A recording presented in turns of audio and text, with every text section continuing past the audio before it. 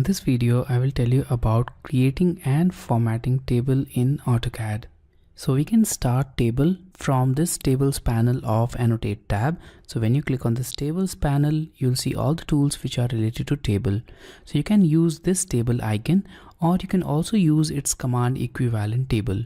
So when you click on the table tool or when you select the table command, you'll see this insert table window.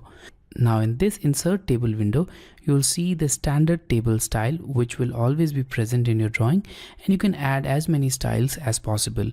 So that we'll learn in the next video. For now we have this standard table style. Now I will leave rest of the options at their default, and now let's go to this insertion behavior. In this case, let's select this specify insertion point option. Now you can specify number of columns, number of rows, the width of column and row height.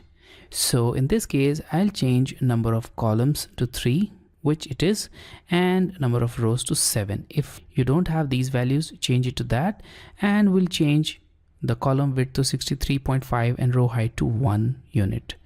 Now I'll not change any property in the cell styles and click on OK. Now we have this table here. Let's click and the table has been added in this drawing area. So this is one way of making the table. Let's go to the table tool again and we'll create the same table but with a slightly different approach. So I'll go to table and now I'll select specify window. I'll keep rest of the options at their default. Now we have number of columns and rows active, but in this case column width and row height is deactivated.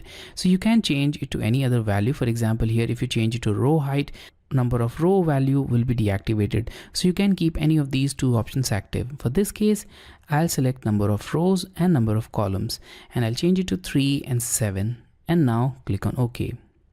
So in this case, we have a perfectly customizable table. So I'll click at the first point and now I can decide the width and height of this complete table. So I'll click here and here we have it. The table has been added. So let's remove this table. And now I'll look at this one. So in this case, we have this table and it will behave just like the MS Excel table. So if you are familiar with Microsoft Excel tables, you will find it pretty easy to work with. In this case, if you click on any of the cell, you'll notice that we'll have this table cell option with all the table formatting tools which are generally available in the Microsoft Excel as well. And when you click the complete table, simply by selecting them with the crossing or selection window, you'll see these grips which can be used to modify the size. For example, you can click on this grip and change the length. Also, you can click on this grip and change the height. You can even resize these cells like this. So now I'll press escape key and I'll modify the properties here. So I'll start with the first cell here. Now if you want to enter any text in this, simply select it and now type your text. So I'll type Mark's statement and here we have the text. Now click outside to accept the text value. Now in this case, I'll add a text here. So I'll type the serial number. Let's type 1 here and let's type 2 here. So now we have added these two. In order to add rest of the values, you don't need to add all of these values. You can simply select both of these text and now select this grip and simply drag it down and it will add all the remaining text values. So it will intelligently find out the pattern in which you are adding this text information, and here we have the order 1 2 3 4 5 6 7.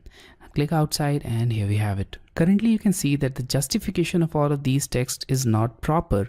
It's aligned at the top right. So I'll change it. So for that, I'll select all of these cells and now go to the cell styles, and here we have this top right justification. Let's change it to middle center, and we have these text at the middle center of all of these cells. Now if you want to add or remove more cells, you can do that as well. For example, I'll select this cell, and now if you want to add a complete row or a column, you can do that. So here we have this insert above, insert below in rows. So I'll select insert below and we have a new row here. If you want to delete any of these rows, simply click here and the row will be deleted. Similarly, you can add more columns. So I'll click on this cell and now I'll select insert right, and a new cell has been inserted in the right.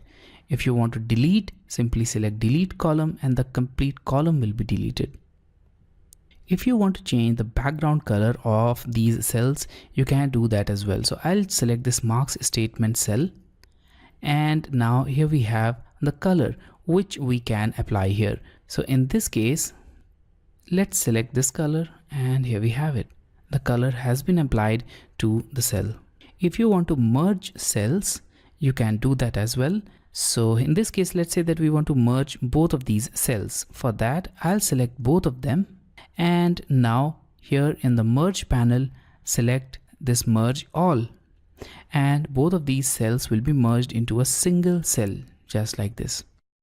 Now if you want to avoid accidental change of information in any of these cells, you can do that as well.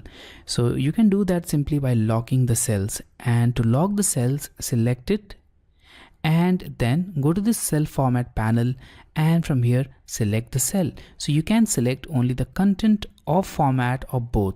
So in this case, I'll select content as well as format, and the complete cell has been locked, and when you move your cursor, you'll see this lock icon. In order to unlock it again, simply select it and go to unlocked option, and here we have it. So in this way, you can create and modify most of the properties in this AutoCAD table.